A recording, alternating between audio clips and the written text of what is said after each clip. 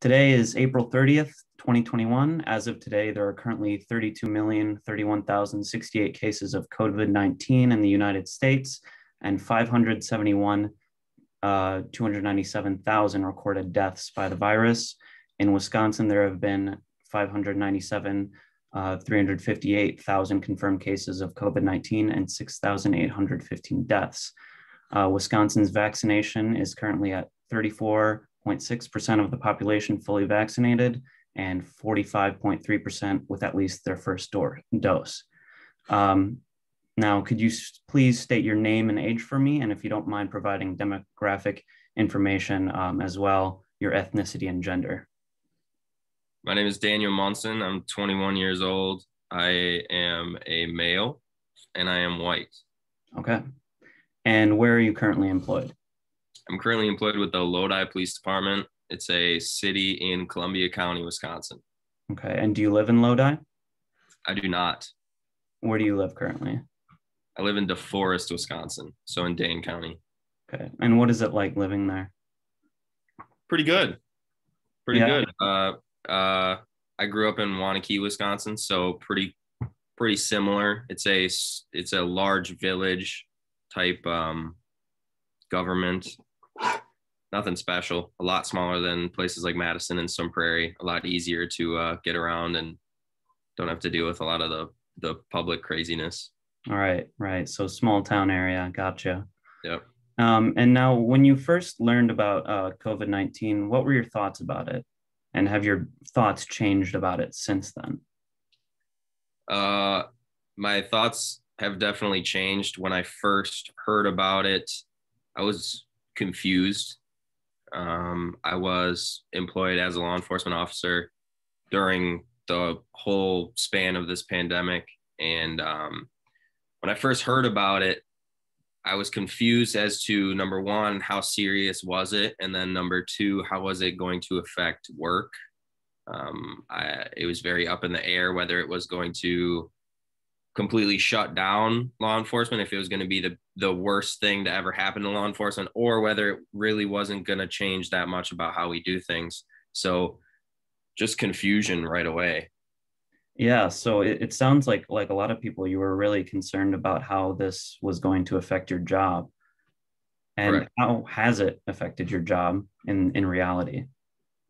I mean, there's the simple things that everybody goes through, whether you're speaking about like profession versus just personal life. I mean, it is interesting having to wear a mask on traffic stops.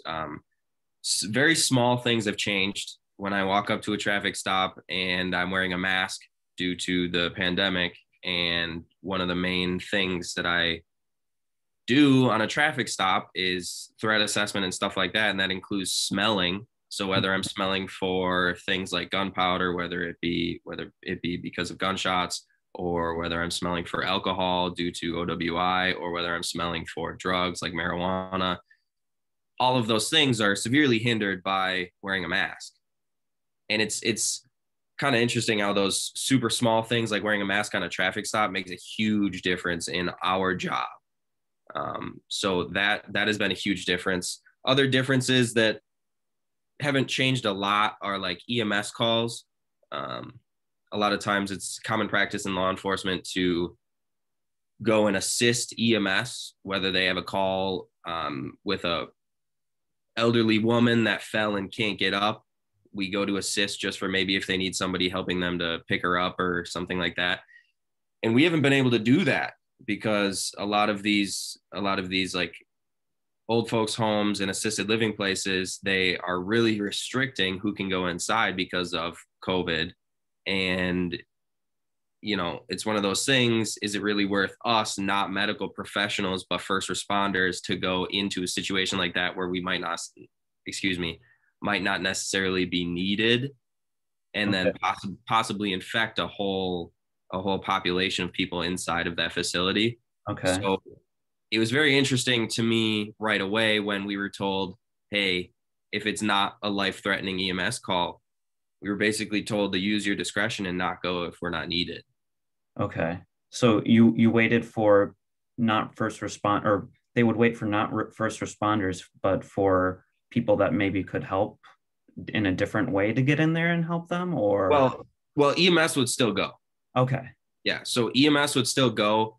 It's just that normally how it would work out is EMS would show up about 5 minutes after law enforcement shows up, just because, you know, EMS is in a garage with the ambulance. They got to get it started. They have a lot more stuff that they have to get figured out before they can head to a scene.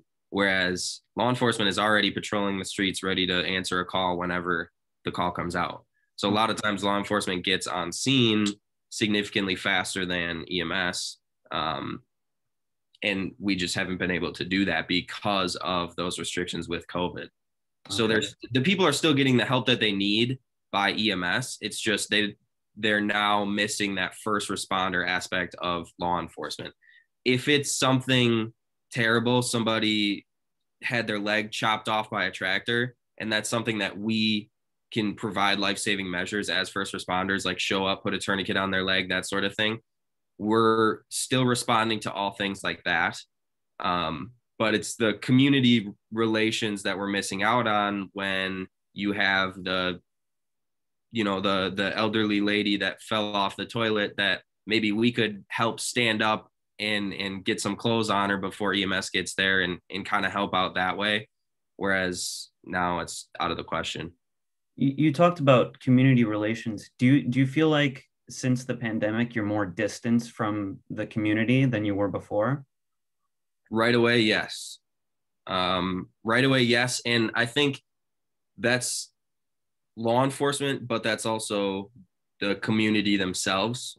Right when the pandemic hit, everybody was staying inside. They were driving to work. Well, a lot of people weren't even going to work. They moved their work home. They were doing a lot of stuff virtually. So a lot of our traffic went down. All of our businesses closed up, stuff like that. So whether it be on purpose or not, our community relations definitely plummeted because there was a lot less people out on the streets, a lot less people calling the cops, a lot less people needing our assistance because nobody was out doing things.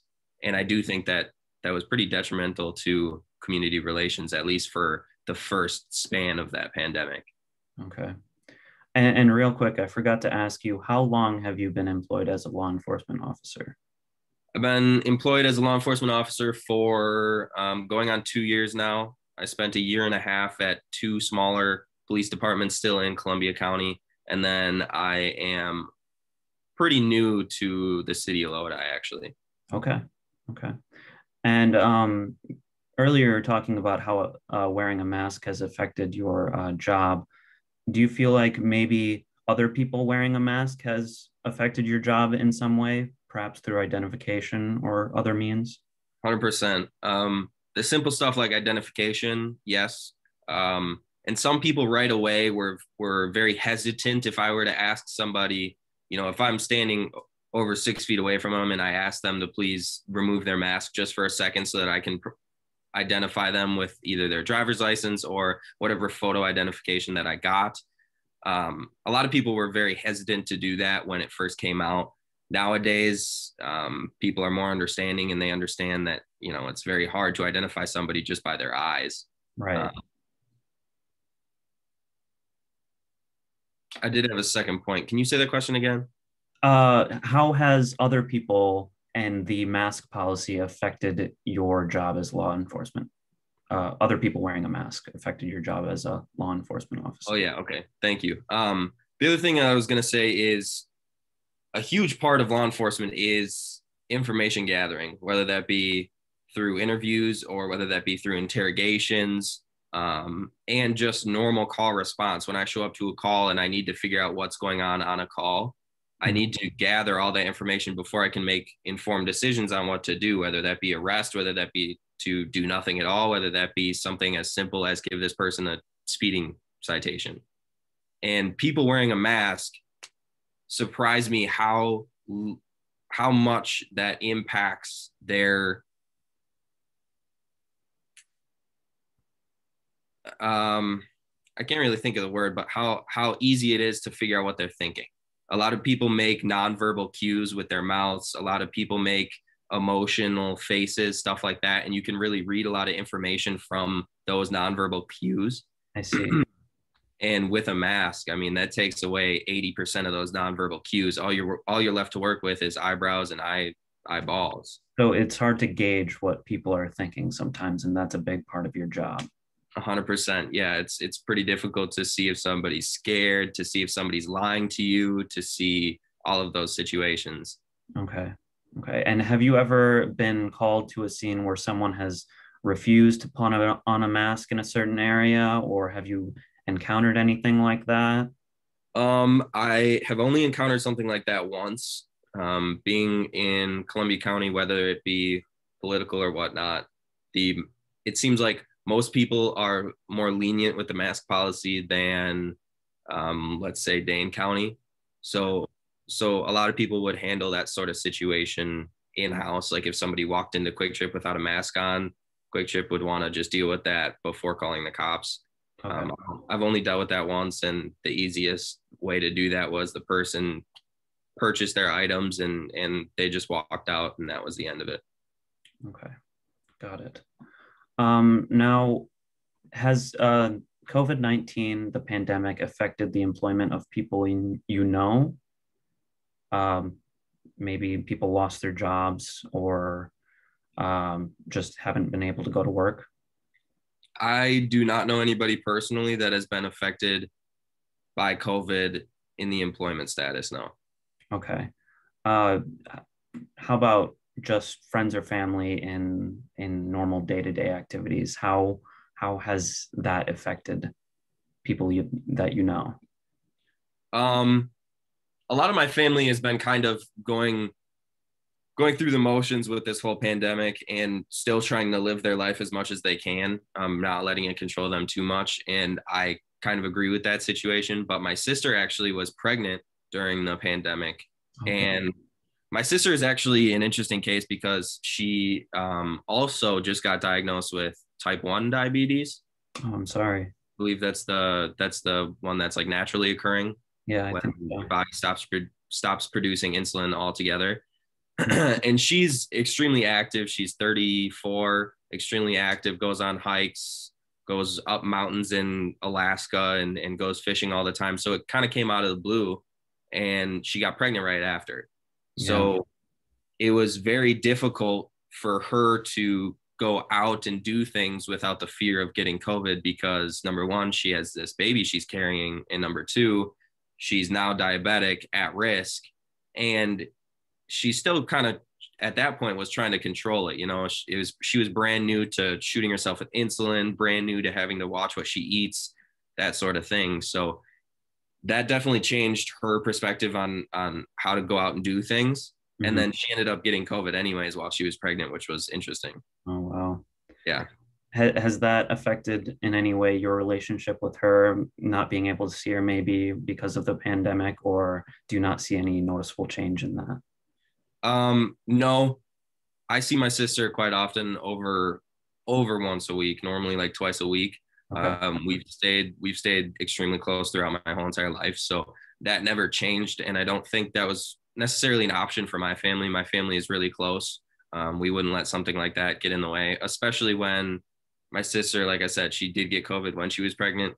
Right. I After work, I would go buy groceries because she couldn't go get groceries, and then I would go drop the groceries off at her house. Wow. Obviously, during the time she had COVID, I didn't see her. I dropped them off in the front porch, and then I would leave, and she'd pick them up off the porch.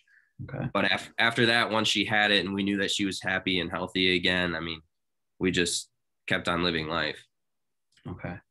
And what do you think has been the biggest challenge that you faced during the COVID-19 outbreak?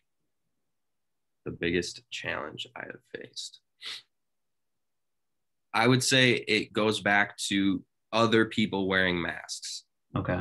It is extremely difficult to do my job effectively and safely without having the added information I get from wearing masks. Okay. Whether that be like we talked about previously, those nonverbal cues.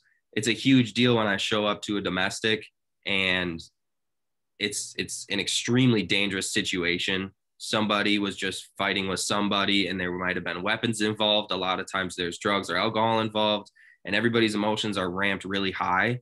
And when I walk in and somebody puts a mask on, that takes away almost all of my nonverbal cues from their facial expressions. So I don't know if that person is the victim at that point. I don't know if they're the perpetrator. I don't know if they have any ill intent towards me. It's very difficult to tell. So that's probably my biggest hurdle that I've had to get over. Okay. So to do with your job, yes, of course. And let's see. Oh, let's talk about the vaccine. Have you or anyone you know had questions or concerns about the vaccine? And I guess, what do you think about the vaccine? Well, out of my whole department, myself and one other officer are the only ones that did not get vaccinated. Okay. We were given the choice early on because we were first responders, and then we were given a choice about a second and a third time, actually. And the whole police department, including our admin, including our receptionist staff, they all got the vaccine, and I did not. Neither did the one other officer. I think it's one of those things. I think it's great if you want it, and I don't necessarily believe it should be required. Okay. So you don't have plans on getting it in the future? No, sir. Okay. I do not get the flu vaccination either. So Got it. And what have been your primary sources of news during the pandemic? I get a lot of news through work, just having to deal with the district attorney's office and stuff like that. So I get a lot of actual legal updates. In fact, we have in service multiple times a year where we are literally like have a section of legal update that we are told on what's going on in the government during this time, and what people can do, what people can't do, because realistically, we're the only ones that are enforcing this sort of thing, especially when the mask mandate came out and they said it was enforceable by law. We had to know the ins and outs of the mask mandate in order to be able to effectively enforce it. So pretty much all of my news information just comes straight down the pipe from the either district attorney's office or the government itself. Okay. I try not to watch a lot of news because I don't necessarily know how much I can either trust it or how much I want to see it. When I get the 100% truth straight from work, I would rather, rely on that. Okay. And have you always relied on work for your news, or is that a new thing in the pandemic? Like, Yeah, I've always relied on it since I've been a cop. It's just one of those things you can't get away from it. right. I need to know what's going on in the government, specifically laws. I guess I was much more in tune with like news regarding legal update and laws before the pandemic. And now that the pandemic hit, I am paying a little bit more attention to like the politics involved and stuff like that and what that means for the government. Still through work, obviously. Mm-hmm. Before that, honestly, it was a lot of, before I was a cop and I had that good, valuable resource, it was just a lot of social media, and I tried not to watch the news. Okay. And do you think, do you have any thoughts on how local, state, or federal leaders are responding to the crisis? What you think they might be able to do better or in a different way? I think that's, are you asking for my personal opinion then? Yes. I mean, if you're comfortable giving your opinion, you don't. Yeah, I am. I think we could have done better, or we should have done better with the control of fear that we instilled upon citizens. I know still to this day, I talk to people at work that are still deathly afraid, and they think that, the second that they get COVID, they're going to die. And nobody is going to argue that it hasn't happened before. There has been law enforcement officers that have got COVID on the job and then have actually died because of those health complications due to COVID. And those are terrible situations. But realistically, my whole entire family, besides myself, actually got COVID. My mom, her fiance, my sister, my brother-in-law, my grandma, my grandpa, and some of those people were very at-risk individuals. Like we already talked about my sister. My grandfather as well, he has COPD and asthma and is 72 years old, and he got COVID. So he's like pretty much the perfect example of who should have been, scared of it. Mm-hmm. And thankfully he made a full recovery. He was perfectly fine the whole time he had it, just a little cold. Yeah, that's good Um, news. and I understand that there's, different strains, and everything changes depending on the person that gets it. But I think we should have done a lot better job of making sure people were well educated on the virus rather than just scared of the virus. I think that would have helped a lot with just how everything was handled, businesses closing, people losing their jobs, stuff like that. I think a lot more people they would have used more common sense if they didn't have that extra fear in them. Mm-hmm. And do you feel like the issue of wearing masks has been politicized? 100%. Yeah. Okay. And what do you think about that? If you don't mind sharing. I think it's a little silly. I think people politicized it more than like the government did. Um, I, I'm sure, as you know, I see a lot of like right wing people always, excuse me, not always, but frequently say like masks aren't needed. You can't force me to wear a mask. And then a lot of left leaning people are like, you can't go into anywhere without a mask. You have to wear your mask until you sit down at a restaurant. Mhm. And I think both sides just take things too far. I think it's extremely political at this point. Okay. And I'm sorry, we're going to backtrack a little. You said almost everyone in your family got COVID-19, and thankfully they're okay now. They've recovered, Correct. except you. Correct. Do you have any fears of getting the virus in the future? I do not know. I understand that it's a risk I'm willing to take. Number one, not being vaccinated, but number two, with my job, there's been instances where officers have gotten aids from people that they're searching after an arrest, and they poke themselves with one of their bloody needles, and now they have Hep Um, C or AIDS or stuff like that. So that's always a danger in law enforcement. I was already prepared for that. I know that when I show up to somebody overdosing on meth and they're slobbering all over the place and there's bodily fluids everywhere, that's a real danger that we take every day. So I was already prepared for that. But having my whole family, and I don't want you thinking that I'm exaggerating. When I say whole family, I mean like my distant aunts and uncles and all of my cousins, and literally every single person besides me and every all of the young children got COVID. And mm, that kind of proved to me that me being a 21-year-old healthy male and having a lot of these at-risk people in my family that I'm closely related to get it and be perfectly fine. I'm sorry. no worries. And be perfectly fine. Um, it kind of put my threat assessment a lot lower. I'm at this point, I'm more scared of getting the flu because the flu stinks. I mean, you're puking for 7 days and you feel terrible. And everybody I know that's had COVID personally, they just can't eat or can't taste or can't smell, and they feel groggy, need to sleep. Hmm. Okay. Let's see. Sorry.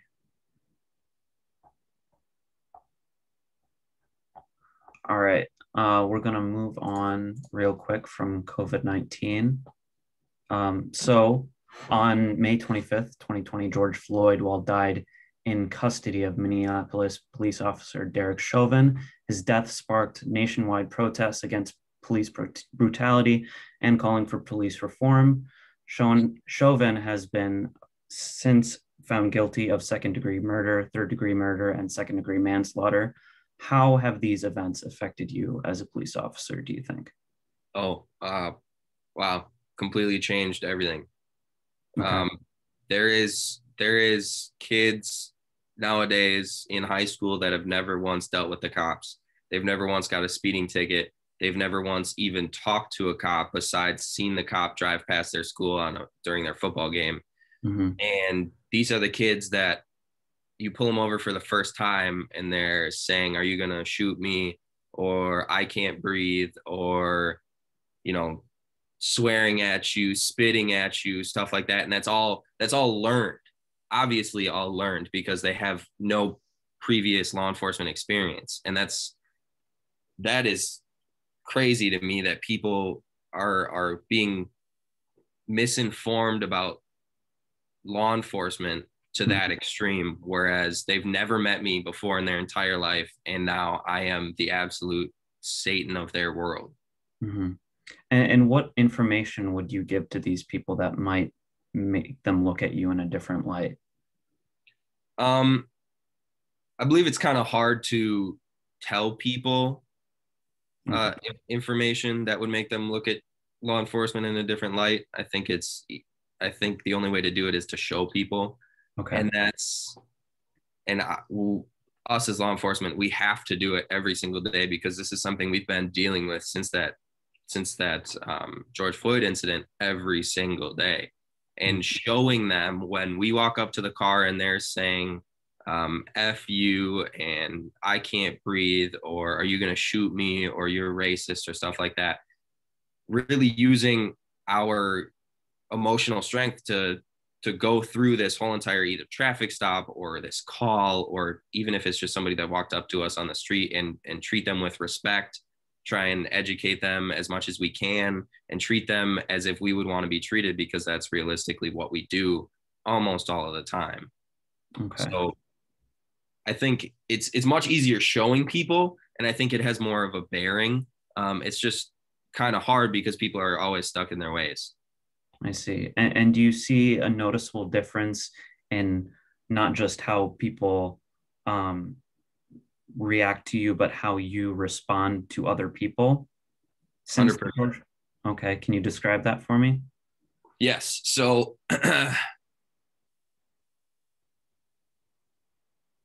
I react differently to people after the George Floyd incident because of two reasons. Number one, I feel like I have to be tiptoeing around and I have to be a little angel. And tiptoeing around is not something that is very useful on a law enforcement perspective. So being worried about what people think of you is not really good when we have a job to do, right? I mean, we still, before the George Floyd thing, I always treated people with respect. I always treated them as if they were equal to me. And I have still been doing such. But now there's that added level of a little bit of fear that I might instill fear into somebody else. So, I kind of rein myself back. I try and talk less loud. I try and talk with a less deep voice, softer. I try and make my whole entire appearance appear less, quotation marks around, aggressive. I don't believe I look or seem aggressive already, but I do have, I'm a law enforcement officer. I'm white. I have tattoos. When I show up, to a call, I understand that me showing up as a 6-foot male with tattoos in a law enforcement uniform, that can be frightening to a lot of people. And I'm a lot more aware of it now that this whole George Floyd thing has happened, because I understand that people's emotions now are extremely hinged on law enforcement. Understandable. Okay. And do you has there been any procedures or changes in the department in response to these George Floyd protests? Um, we've had a lot more training, not necessarily in that specific instance, whether we're talking about defense and arrest techniques, not specifically in that situation, but overall. And I think that's great. I think that's amazing, whether it be just going to more training about homicide investigation. That's still training, and it's still making our cops better. We've also had a lot more community relation talking, and I don't want to say training, because I don't think that's something you can train. That's something that we just all work on, being better at community relations. And that's definitely been put on the forefront of what we do. It was always important. We were always worried about community relations, and we were always worried about the trust that society has in us. But we were also worrying about other things like actual law enforcement, traffic safety, stuff like that. And it seems like now community relations has kind of taken a forefront in that. It's nowhere near behind law enforcement. We have a job to do and we're going to do that job and we're going to do it to the best of our ability. But now it's like close number second is making sure that we make sure that other people are happy with the law enforcement that we provide. Okay. And so putting more forefront on community relation. Correct. Earlier, we discussed how the COVID-19 pandemic has reduced your ability to be in relationship with a community or create a relationship with a community. Do you think that these events coinciding at the same time have caused some sort of rift in how you operate as a law enforcement officer? I don't believe it has created a rift in how we operate as a law enforcement officer. I do believe, though, that it has created a rift in the community relations that law enforcement has with society. Okay. Because you took such a volatile situation that was already emotionally charged and had people already not pleased with law enforcement, and then you add a pandemic on top of that, and now people aren't seeing law enforcement at all. You know, they're staying in their homes, they're not driving anywhere, they're not going out, they're not doing things. So they're not seeing the good that we do. They're not seeing, all they're seeing is more news stories, and they're not ever seeing us. Mm-hmm. And I think that was a recipe for a disaster for sure. And so it's making your job harder as a result, you think? Yes. Okay. So within the protest, there has also been a lot of talk in the vein of police reform. What do you think about police reform in general? I try to stay out of that because a lot of those news articles and a lot of the talk about police reform normally, especially in Wisconsin, is just kind of hearsay. As we saw in Minnesota, they actually did do a significant defunding of the Minneapolis Police Department. And in fact, politicalness aside, they took out, I forget how many millions, I believe, of funding for law enforcement in Minneapolis. And now they're actually putting it all back into Minneapolis because they're realizing that they need law enforcement. So politicalness aside, I just try and stay away from it. I don't believe that there is any substitute for law enforcement. I do believe that there is better training that we can do. And I do believe that mental illness is one of the biggest issues that I have with law enforcement. I love law enforcement. I would never change my career path. It's the best thing that I've ever done in my entire life. But there is not enough resources for people with mental illness in the government at all. Whether we're talking about law enforcement training or whether we're talking about places to take individuals that are experiencing mental illness to the point where they're like incapacitated, can't take care of themselves. Okay. We don't have enough options. And I think that is where, if we're talking about reform, that would be somewhere where social workers and more funding should definitely be funneled in, because it's extremely important and there just isn't enough. So there should be more funding towards programs that help people with mental illness, in your opinion, instead of reforming the police in some way. Yeah, I don't want to say instead of reforming the police, because I do believe that more training is necessary. Holding us to a higher standard is necessary. Okay. And the bad part about that is that all takes money. Right. You know, if I'm not on the streets to take calls because I'm out doing training, who's going to be the one on the streets taking calls? Somebody's going to have to be getting paid for one or the other. Okay. So it's going to take more money, and more money is the exact opposite of what the whole defunding the police has to do with. So it's a little difficult. Right. Okay. Yeah. So I think I got what I came for. I thank you, Daniel, very much. This has been a very enlightening interview. You're welcome. Thanks for having me. Yeah, thank you for your time. And this will be posted, like I said, on the COVID-19 Western Wisconsin archive. So you can see it there along with, I think there's one other officer in Eau Claire that will, cool. if you want to check that out. So again, thank you so much for your time. Thank you for having me. Appreciate it. Yep. All right.